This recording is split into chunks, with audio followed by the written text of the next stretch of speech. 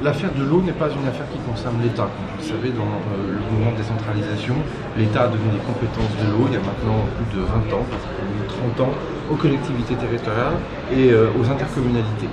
C'est vrai qu'il y a une crise importante de l'eau ici en Guadeloupe. La crise est tellement difficile que beaucoup de Guadeloupéennes et Guadeloupéens se sont adressés au Premier ministre lorsqu'il est venu il y a maintenant quelques mois et ont dit que ça ne pouvait plus durer. C'est pour ça que nous avons souhaité avec Annick Girardin revenir pour forcer les solutions, les accompagner pour arriver à répondre à cette crise. Alors, les solutions, quelles sont-elles? Déjà, depuis notre dernière visite, il vous a pas échappé que les élus se sont parlé, se sont réunis, ont même annoncé un plan d'urgence. C'est quelque chose qui est nouveau, qui n'existait pas lorsque le Premier ministre est venu.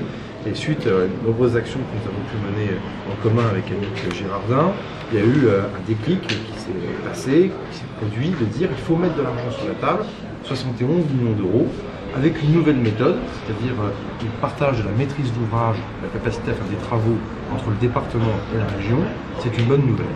Et donc là, nous, aujourd'hui, nous sommes venus dire deux choses à l'ensemble des acteurs et des responsables de ce dossier de l'eau ici en Guadeloupe.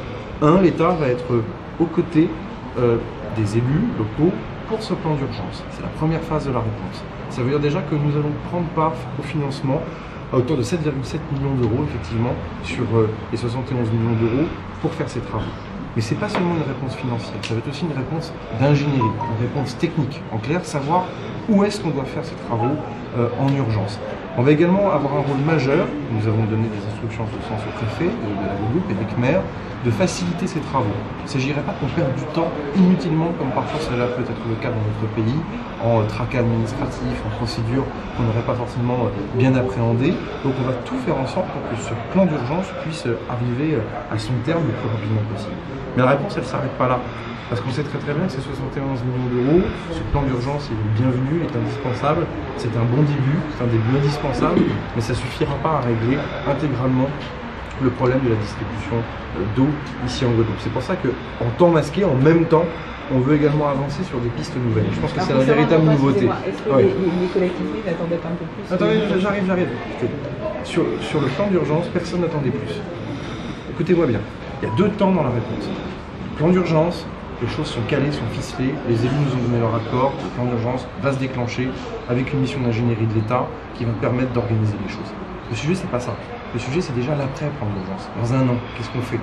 Parce qu'en fait, ce dossier de l'eau en Guadeloupe n'a pas forcément toujours été vu sur le long terme. Et il faut que les Guadeloupéennes et les Guadeloupéens qui nous écoutent et qui nous regardent comprennent qu'on arrivera à traiter ce problème si on met les choses dans le bon ordre. Et les mettre dans le bon ordre, c'est travailler donc, comme je viens de vous le dire, en même temps à la solution pour l'après. Nous souhaitons, nous, gouvernement, et tous les élus ont accepté ce matin et cet après-midi, en réunion de travail ici à la préfecture, de faire un schéma quinquennal d'investissement. C'est pas le tout de parler d'argent. On peut annoncer des sommes astronomiques. Si les travaux ne sont pas organisés, si les travaux ne sont pas hiérarchisés, vous pouvez avoir de l'argent sur votre compte bancaire.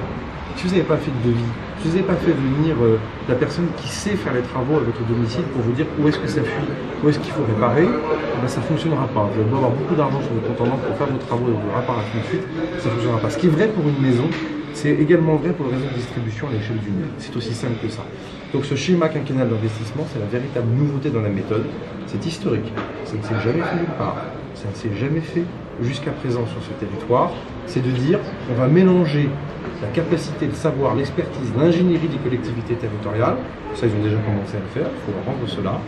Mais avec également une part de l'État. C'est pour ça que le gouvernement va déclencher une mission du CEREMA, qui est un établissement public de l'État, qui va venir aider à hiérarchiser les travaux, à dire où est-ce que ça fuit, où est-ce que globalement il faut mettre de l'argent pour réparer.